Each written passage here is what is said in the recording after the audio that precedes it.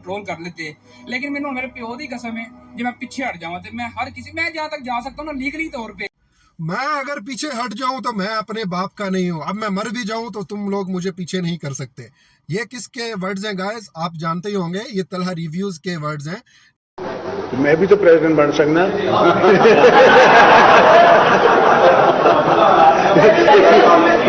लो जी guys, डकी भाई और Talha reviews का ड्रामा हुआ चाहता है खत्म। अब ये स्क्रिप्टेड ड्रामा था, आप लोग नहीं जानते हो, हमें पता है इस चीज का कि ये ड्रामा एक स्क्रिप्टेड था। इन्होंने स्क्रिप्ट लिखा हुआ था, वो स्क्रिप्ट अब पूरा हो चुका है, अब दोनों के बीच में सुलह हो चुकी है। गाइस ये बहुत लॉन्ग स्टोरी है, आपको मैं पूरी तफसील के साथ आज बताऊंगा कि ये किस तरीके के साथ इन्होंने ड्रामा किया है और किस तरीके के साथ तलहा रिव्यू को प्रमोट किया इन्होंने, और डकी भाई ने नदीम नानी वाले को यूज करके अब टिश्यू पेपर की तरह फेंक दिया है। तो ये किस तरीके से हुआ है आज की इस वीडियो में आपको बताऊंगा। अगर आप इस चैनल पे न्यू हो तो प्लीज सपोर्ट कीजिए, मुझे लाइक कीजिए मेरी इस वीडियो को और इस चैनल को सब्सक्राइब कर लीजिए। तो चलिए शुरू करते हैं।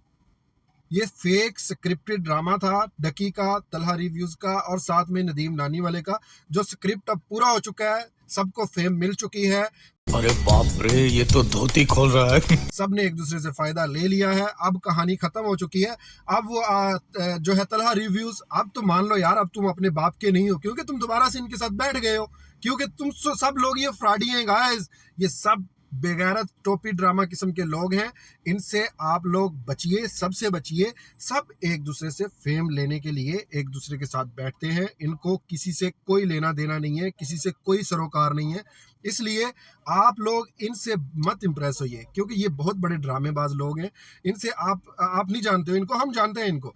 अब तलहा रिव्यूज को चाहिए था फेम, डकी को बेचने थे अपने कोर्सेज, उसको लेने थे नदीम नानी वाले को यूज करके उसके सारे सब्सक्राइबर्स अपनी तरफ, लेकिन वो काम उल्टा पड़ गया क्योंकि ये सारा स्क्रिप्टेड ड्रामा जो है वो इनके अपने ही गले पड़ गया। अब इतना ही अगर तलहा रिव्यूज को जितना वो बता रहा है कि मेरे घर में पुलिस भेजी, मेरे साथ ये किया, फिर तो ये बहुत बड़ा बेगैरत किस्म का आदमी है भाई। इसने फिर उनके साथ हाथ मिला लिया, फिर उनके पास जाके बैठ गया, क्यों भला? इसलिए कि गाइस ये सब मिले हुए हैं, ये सब स्क्रिप्टेड ड्रामा था। डकी का कोर्स भी इन्होंने जो है वो पब्लिश करवाना था, कोर्स की पब्लिसिटी भी करनी थी, तलहा रिव्यूज भी इसमें इस्तेमाल हुआ है। आपके सामने इसने वीडियोस बनाई हैं कि किस तरीके से बाय करना है, कौन सी वेबसाइट है, कैसे कैसे जाके करना है, ये सब एक दूसरे के साथ मिले हुए थे। अब डकी भाई जो है वो बहुत बड़ा ड्रामेबाज है।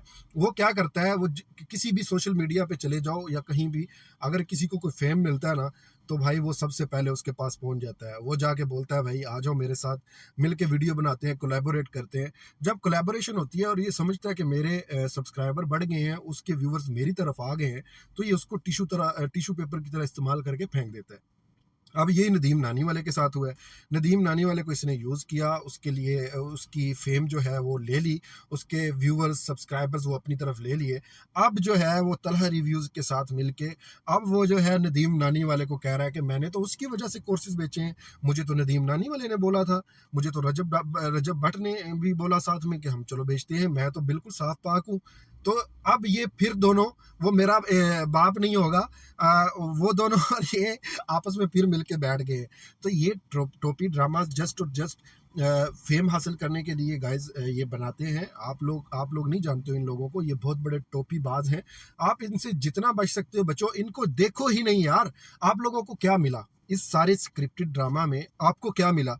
तलहा रिव्यूज को तो सब्सक्राइबर मिल गए 2 लाख से ज्यादा, डकी के चलो कुछ सब्सक्राइबर कम हुए हैं, वो दोनों मिलके